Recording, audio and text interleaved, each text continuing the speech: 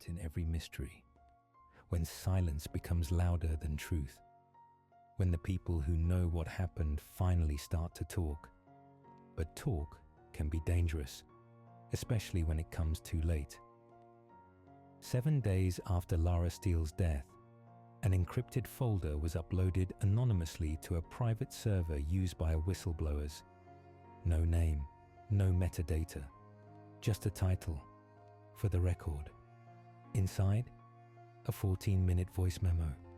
Lara's voice, cautious, strained, tired, recorded days before her last broadcast. Her tone made one thing painfully clear. She knew she was running out of time. She didn't name names, but she described a meeting, one that took place late at night, in a car parked behind an abandoned newspaper office. The person she met with wasn't a stranger. They were someone she trusted. She went there expecting answers. Instead, she was given a warning. They told her she was close, that what she'd uncovered wasn't just scandal. It was a career-ending truth for people who had rewritten history to stay in power. A network, a cover-up, and at the center of it all, a name she wouldn't repeat on tape. But the voice memo ended on a line that echoed across the entire investigation. "I thought I was recording the story. I didn't realize I was the ending." That same night, an anonymous tip was sent to police, pointing fingers at Maya Venn, Lara's former podcast partner. The tip alleged Maya had motive, opportunity, and access. It listed her IP address, recent encrypted messages, and a past disagreement about airing controversial content. It looked perfect, too perfect, because Maya had been in the hospital that night, under her sister's name. Recovering from a panic attack she never told the press about. Her alibi? Verified. The tip was a setup.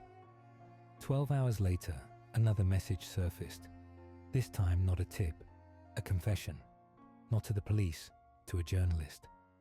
Silas Gray, the man Lara once exposed for fabricating quotes, now the chosen recipient of someone's final message. In an audio file, distorted and layered with static, a voice said, "She found the girl, Ava Calloway.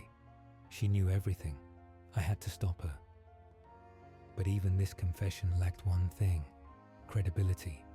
No location, no details, no physical evidence, just fear, manufactured and released strategically. It wasn't a confession, it was a distraction. Investigators returned to the corrupted live stream footage, the glitch, the blackout, the moment Lara went silent. And in one frame, they found it.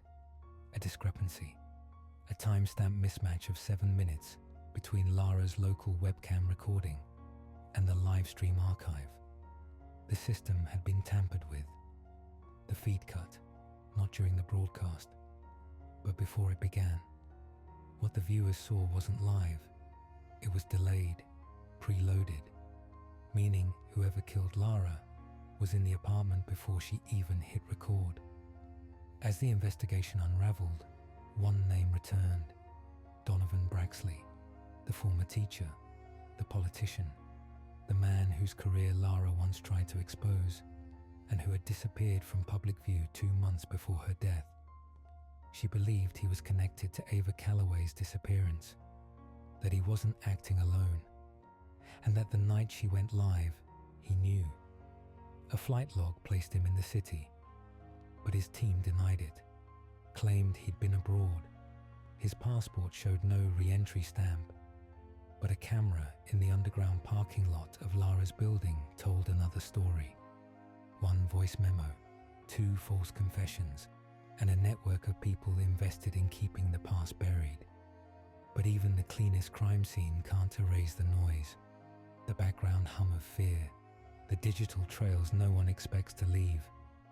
And as the cracks deepen, the truth begins to echo louder. Lara knew, and now, so do we.